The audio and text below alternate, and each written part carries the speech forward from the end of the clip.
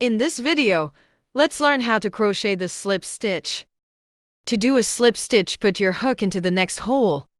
It should look like you have 3 strands of yarn on your hook.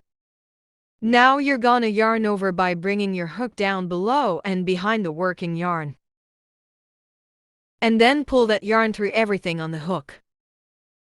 So pull it through the hole your hook just went through as well as the loop that's on your hook. So you should have 1 loop left on the hook. That is a slip stitch. And now, let's repeat a slip stitch again. Now the tip of the hook should be facing you, and the hook should be in front of the working yarn. Firstly, put your hook into the next hole. Yarn over by bringing your hook down below and behind the working yarn.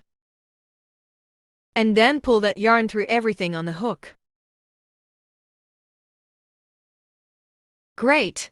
Slip stitch finished.